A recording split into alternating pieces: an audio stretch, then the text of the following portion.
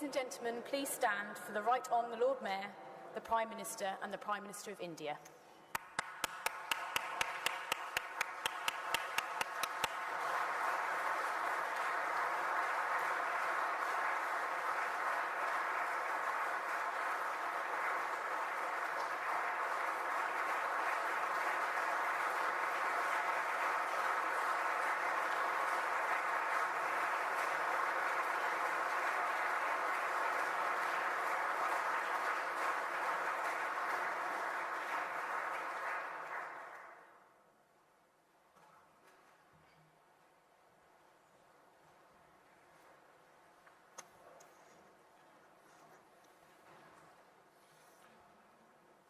Prime Ministers, ladies and gentlemen, it is an honour to welcome Prime Minister Modi to the city and host him in the Guildhall's magnificent Old Library, which dates back to the 19th century.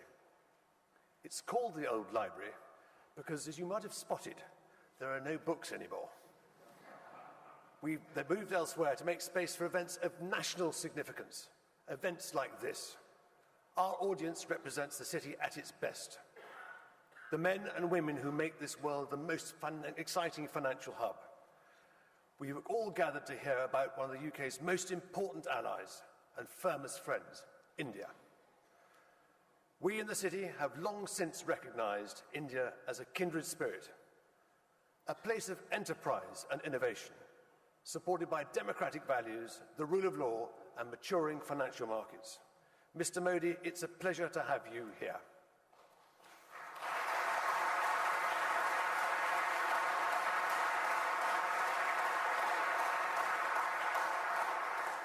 Now I have great pleasure in handing over to UK Prime Minister David Cameron, who will now get the events underway. Thank you very much.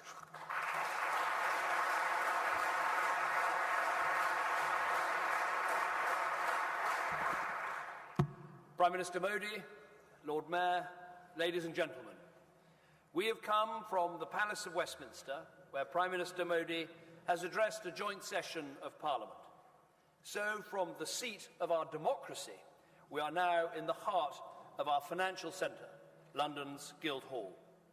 Beyond these fine surroundings is the financial capital of the world, a city that is home to 250 foreign banks, more than any other global financial centre. 4 in 10 of all foreign exchange transactions in the world take place right here.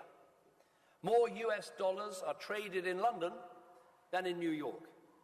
And UK-based fund managers invest over £6 trillion right here. So one thing is clear. If India wants a partner to help finance its ambitious plans, you've come to the right place. And it works both ways, because beyond this hall, far beyond these shores, is India, a country with the power to invest, to innovate and grow, and to help Britain realise our ambitions too. Together we can be partners in prosperity. So many of our goals align. You want to make in India, boosting manufacturing and creating jobs. And we want to do the same here. So we will make with you, just as businesses like JCB and Rolls-Royce are already doing. And I know you'll want to make with us, just as Tata is doing at Jaguar Land Rover. You want to build 100 smart cities to meet the growing demands of urbanisation. And we want to invest in and regenerate our cities too. So the UK will help you plan, design and implement new cities like Amaravati, the new capital of Andhra Pradesh. And we'll offer you fantastic investment opportunities, particularly in our northern powerhouse, joining up our great northern cities so they can compete with the great cities of the world. And our ambitions don't stop there. You want to deliver digital India, unleashing the entrepreneurial talent of young Indians. And we want to continue our reputation as the tech capital of Europe. So we will share our experience of building technology clusters, like Tech City just down the road from here, and we'll continue to ask you for your leading IT services expertise, which is renowned the world over. You want to skill India to ensure 400 million Indians receive the right training and qualifications. And we're creating 3 million new apprentices to make sure our young people have the skills they need to get on in life. So we can provide the world's most recognized and respected professional bodies, like city and guilds, which already train thousands of Indian people each year. And we'll ask you, through the Indian companies operating in Britain, to help deliver the high-quality apprenticeships that Britain needs. Finally, you want to ensure financial inclusion for all those who are unbanked, particularly in rural India. And we want to expand our reach as the world's financial capital. So we will deploy the very best of British fintech to deliver the mobile money and branchless banking that India needs. And we hope to continue to see the liberalization of your financial markets, creating more expansion opportunities for us all. I believe there is no better partner than the United Kingdom for advancing India's economic development, ensuring your prosperity and jobs, mobilizing investment, providing world-class technical and professional expertise, and supporting your program of inclusive growth. And there's no better country than India for us to look to for what we need. You already invest more in the UK than in any other country in the European Union. We already invest more in India than anyone else among the G20. So let's take our strong ties and make them even stronger. Let's be partners in prosperity. And let's welcome the man who is the driving force between all that ambition and potential. He told us in a great speech in Parliament that the future of India is the future of 1/6 of humanity. And he told us that the India his people dream of lies ahead of them. These are exciting times for an extraordinary country and a leader of great vision. So, ladies and gentlemen, let us welcome Prime Minister Narendra Modi.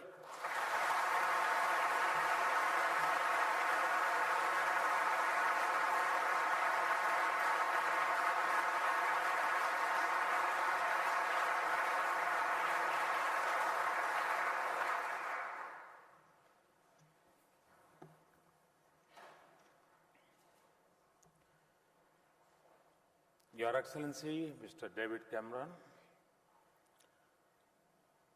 Honorable Mr. Alan Yarrow, the Lord Mayor of London, ladies and gentlemen, it is a great pleasure for me to be with you this evening.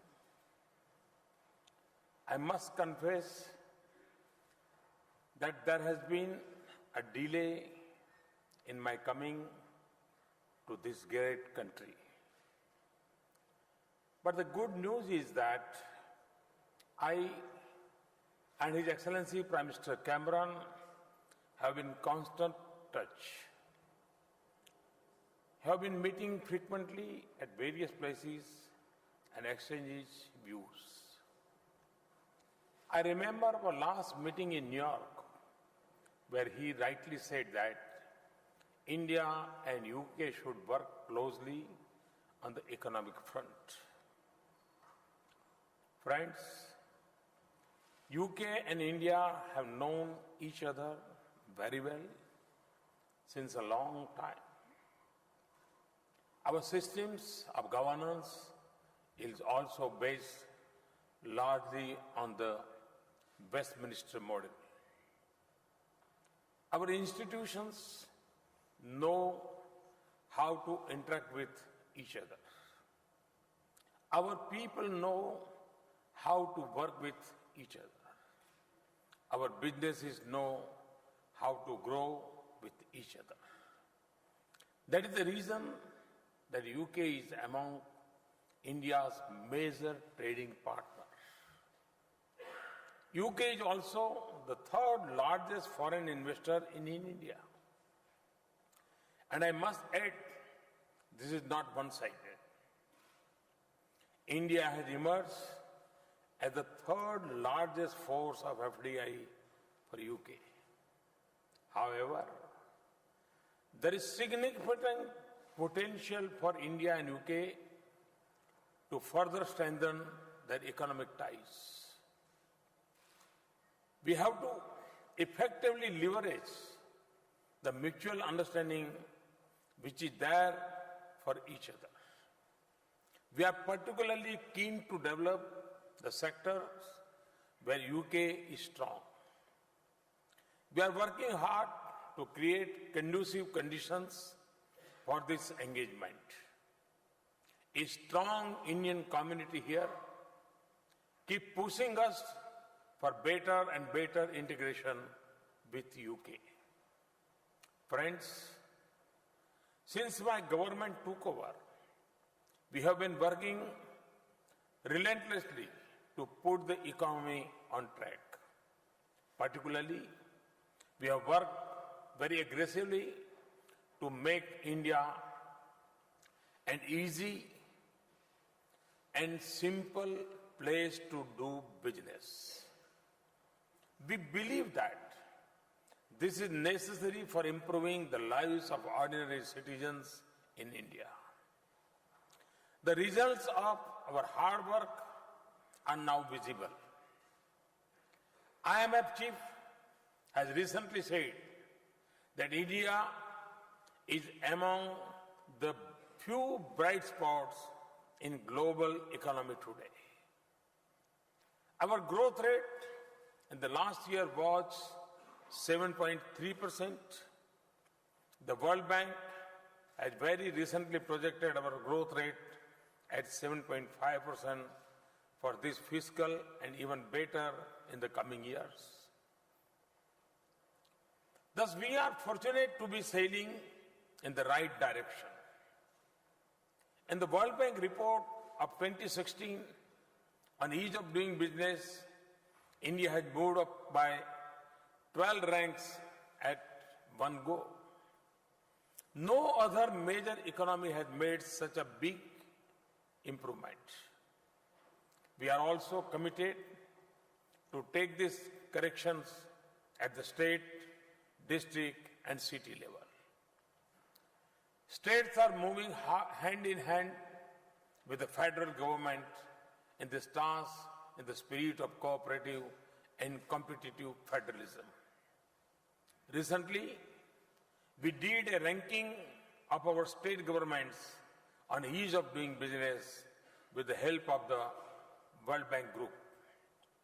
This has prompted the state governments into a healthy competition among themselves to ensure a business-friendly ecosystem. This was for the first time that the World Bank involved itself in a sub-national exercise on ease of doing business. Friends, one of the biggest challenges in India today is to productivity employ the youth. For meeting this challenge, we need to provide a huge push to manufacturing, which has stagnated at around 16% of the GDP for several decades. The share must reach around 25% in the short and medium term. With this in view, we have launched the Make in India initiative. We are working on all fronts to make India a global manufacturing hub. To achieve this objective, apart from vigorous exercise for ease of doing business, we have fast-tracked approvals and clearances for industry and infrastructure. The hallmark of our strategy now is policy-driven governance. Measures like transparent auction and allocation of key natural resources like coal, spectrum, iron ore have created a level playing field for investors. To enhance the flow of foreign investment, we have liberalized the FDI regime, allowing 100% FDI in railways. We have enhanced the FDI limits to 49% in defense and insurance. We are also conscious of the last mile operational issues in such policies. In that spirit, early this week, we have carried out substantial changes in the FDI regime across 15 sectors. To give an example, now there are simply no restriction in the FDI policy for construction sector. Similarly, very radical liberalization has been done in sectors like plantation, e-commerce, and single brand retail. Moreover, we have now brought most of the FDI proposals under the automatic route. With this round of reforms, I can say that India is among the most open countries for foreign investments. Infrastructure is another big challenge for India. We are keen to build futuristic, physical, and social infrastructure. Through self-imposed discipline in financial management, we have been able to allocate more resources for infrastructure sectors. In addition, we are setting up an India Investment and Infrastructure Fund. We have targeted an annual contribution of $3.5 billion into this fund from our own resources. We are putting in place a professional team for asset management. We have also come up with the mechanism of tax-free infrastructure bonds for projects in rail, road, and other sectors. We will work together with the British government, industry, and the financial market to deepen our relationship and harness their interest in India's infrastructure.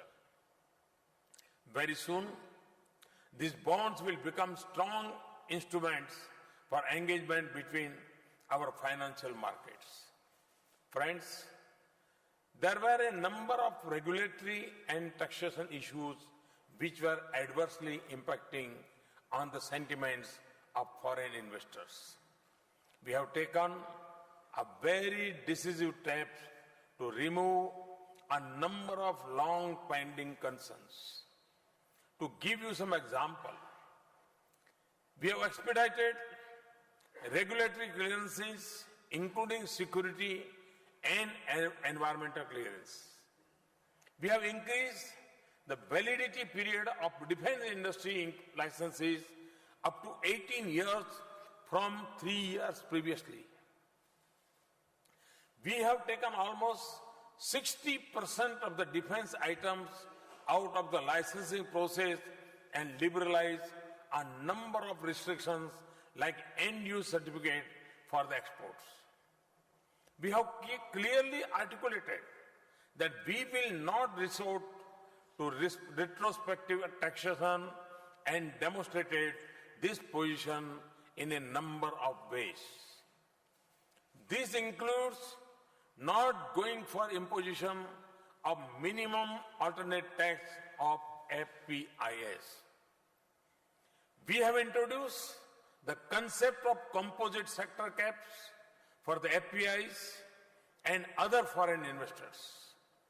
We have notified the regulations for the alternative investment funds. We have rationalized the capital gain tax regime for real estate investment trusts. We have modified the permanent establishment norms. We have also decided to defer the implementation of the general anti-avoidance rules for 2 years. We have introduced the GST bill in Parliament. We are hopeful to roll it out in 2016. We are working on a new bankruptcy code. The company law tribunal is soon going to be formed. Friends, we want to make sure that our tax regime is transparent and predictable. We are also keen to see that genuine investors and honest taxpayers get quick and fair decisions on tax matters. As a result of our initiatives, the sentiments for private investment and inflow of foreign investment have turned positive. FDI inflows have gone up by 40% compared with previous year's corresponding period. India has been recently ranked as the most attractive investment destination by Ernst & Young. In a ranking of the top greenfield investment destinations, in the first half of 2015, India is at number 1. Foreign Policy magazine of USA has ranked India as number 1 FDI destination. In a study of 100 countries on growth, innovation, and leadership, India has been ranked number 1 by Frost and Sullivan. India has improved its UNCTAD ranking of investment attractiveness from 15th to 9th. India has also jumped 16 places on the World Economic Forum's Global Competitive Index. Moody's have upgraded the rating of India as positive. Thus, just 18 months, we have successfully restored the credibility of India in the eyes of global players. Through PPP, we are encouraging private investments in areas where earlier only government used to invest.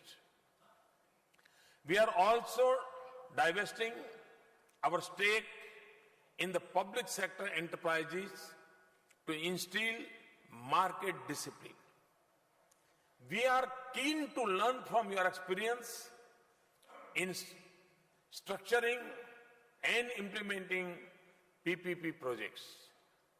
I am personally convinced and want to assure you that India is committed to protect intellectual property rights of all innovators and entrepreneurs. We have taken several initiatives for transparency and online processing in IP administration. A comprehensive national IPR policy is being finalized. Friends, we want your active involvement in translating our dreams into reality. Our commitment and aggressiveness to achieve the goal in a faster and effective manner offers immense opportunities to British companies. These opportunities range from building 50 million houses to setting up 100 smart cities, modernization of railway network, and redevelopment of stations to new railway corridors. Generation of 175 gigawatt of renewable energy to transmission and distribution networks. From national highways and bridges to metro rail networks. Such a huge potential for creation of infrastructure and production of goods will not be available in any other country. More importantly, no one place on the earth can offer the potential for usage and consumption on such a massive scale. We are trying to harness this potential through our policies and people. The campaigns like Digital India and Skill India are designed to prepare the people to take part in this process. To tap their energy fully, we have also launched the Startup India campaign. We have witnessed massive growth in the number of startups in the recent past. Some of these have already begun to challenge established global players. Friends, India is on the threshold of a big IT revolution. We are encouraging it to fast-track the services to our 1.25 billion people. New technology and renewable energy is our new mantra. Whatever we do, we'll do in a cleaner and greener way. Energy efficiency, water recycling, waste to energy, clean India, and river cleaning are among those initiatives. These initiatives provide additional avenues for investment in modern technology and human resources. Ours is a country of the vibrant youth and a rising middle class. There is a huge domestic market in India. I have been saying that 3 Ds of democracy, demography, and demand is our basic strength. Moreover, talented young minds in India have now begun taking risks. They are preferring to become entrepreneurs. Thus, we have moved forward from D to E, which is entrepreneurship. Friends, necessary condition for take-off the Indian economy we have been created. Never before was India so well prepared to absorb talent, technology, and investment from outside. I can assure you that it will get better and better in the coming days. We will be open to welcome you, your ideas, innovations, and enterprises. We are open to carry out necessary corrections in our policies and procedures. Given the visionary and dynamic leadership of Prime Minister Cameron and his interest in India, I am personally eager to work with the British government and companies. With these words, I welcome you to India. I assure you of my personal care in making your dreams a reality. Many of you belong to India. Many of you are in India already. But for those who are not there, I must say that at this point of time, it is wiser to be in India.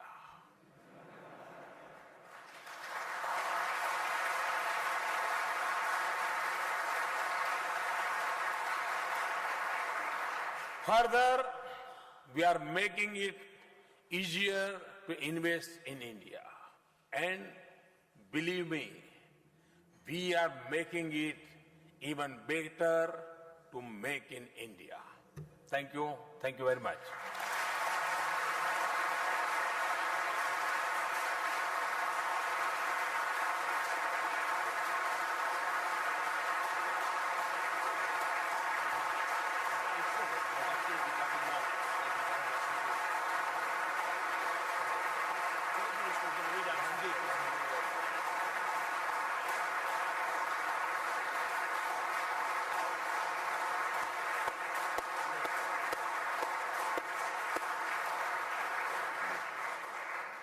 Prime Minister, I hope you sense from the warmth of the response, the applause in this room, how incredibly welcome you are in this great city, in this United Kingdom. That was a superb speech and a magnificent account of the progress of reform, the program of vigorous economic modernization and reform that I witnessed at first hand when I visited India in September of this year. You talked of the partnerships, you talked of the strength of investment in both ways between our two countries, and so it's a great pleasure for me, as the British Minister for Trade and Investment, to announce 6 significant deals agreements which have been made, which are the living embodiment of that partnership, which are the real-time signal that this partnership can only go from strength to greater strength. The first agreement I can announce is Vodafone, which has announced further investments in India to a total of £1.3 billion, upgrading and expanding their network, new technology centres in Pune and Ahmedabad, a revolutionary new Tier 4 data centre, and the creation of a new payment bank aimed at accelerating the journey towards a cashless economy. Second, Lightsource, the largest solar voltaics generator in Europe, is announcing a £2 billion investment in India to design and manage around 3 gigawatts of solar power infrastructure over the next 5 years. This will create 300 jobs in Britain and 42 million of revenue and 300 jobs in India as well. The third is Intelligent Energy, which has signed a £1.2 billion contract to provide clean energy to 27,000 telecoms towers in India over a period of 10 years, which has enabled an initial order of 10,000 hydrogen fuel cells worth in the region of £130 million. And the fourth is an agreement signed between King's College Hospital, Foundation Trust and Indo-UK Healthcare to open King's College Hospital in Chandigarh.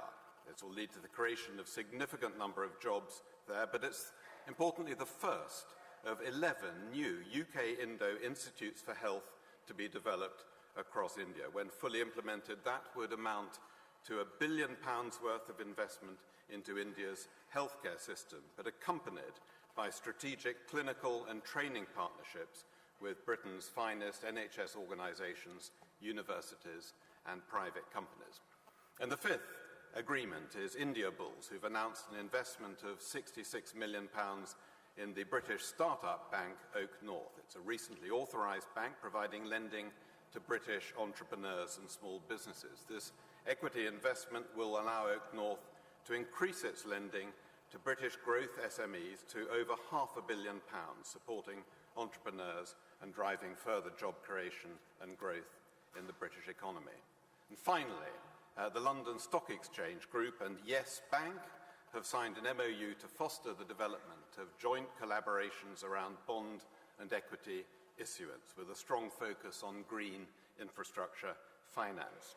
Both of these institutions will use their complementary strengths to facilitate access to capital raising both in London and in India for Indian entities, and will work jointly on the development of a wide range of new products. Through this collaboration, both parties also show their commitment to the promotion of products and platforms supporting green finance, and with market conditions permitting, Yes Bank plans to list a green bond of up to 330 million through medium-term notes in the course of next year. So please give a round of applause to these agreements, which mark a significant step forward.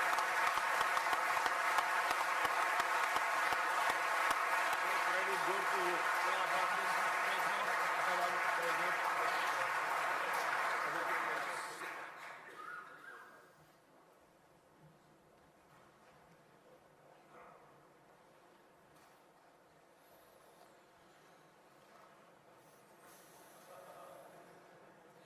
Prime Ministers, ladies and gentlemen, thank you for those fascinating and exciting speeches. Jobs and growth. And on a personal note, Prime Minister Modi, may I also thank you for suggesting that this event should be held on my penultimate day as Lord Mayor. I think no better way to end the year, not only because my very first visit overseas 11.5 months ago was itself to our country, India, but because throughout the year, Gillian and I, my wife, Lady Mayoress, have had such close contact with your excellent High Commissioner, His Excellency Raja Matai, and his wife Gita, who have been great friends and sterling support. We wish them well on their return to India. Mr. Modi, it is immensely reassuring to hear you give such an optimistic take on the UK-India partnership, which is of crucial importance to both our countries.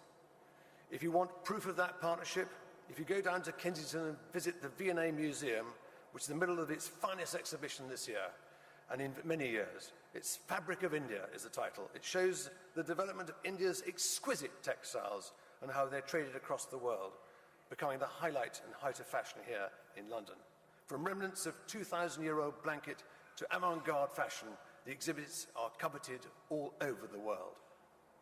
And though tech may rival textiles in the modern Indian economy, the trading links between our countries, whilst as strong as ever, need to get stronger, as you've mentioned. That's why the city views India as a priority market. Through our offices here and in Mumbai, the City London Corporation has worked with India for well over a decade. Guided by experts from across India's financial services sector, they've helped us to create links on everything from regulatory reform to financial innovation. But the close link between India and the city is nothing new. Just across the road, the branch of the State Bank of India, which dates back almost 100 years. In 1956, we welcomed your predecessor, Prime Minister Nehru, who dined at the Mansion House after being presented with the freedom of the City of London.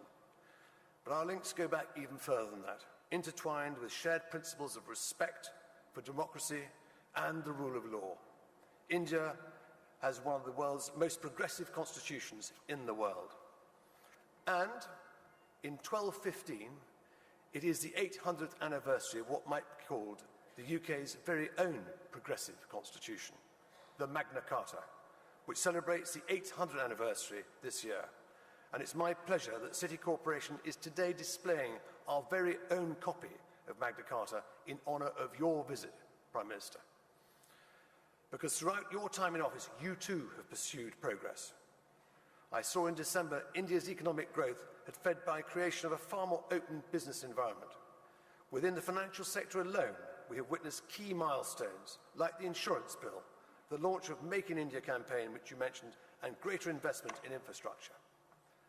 The next step is a practical engagement, such as this visit, opportunities for us to hear from India's leaders to build new business relationships and look forward. Achhe din, good days for both countries. Ladies and gentlemen, only a fortnight ago, I hosted the Mansion House first ever Diwali event. I was honoured to light my own diya, lamps which are to usher in Lakshmi, the goddess of prosperity. I very much hope that your visit, Prime Minister Modi, can also bring prosperity by strengthening the links that bring such impressive, diverse benefits to both UK and India. Thank you very much.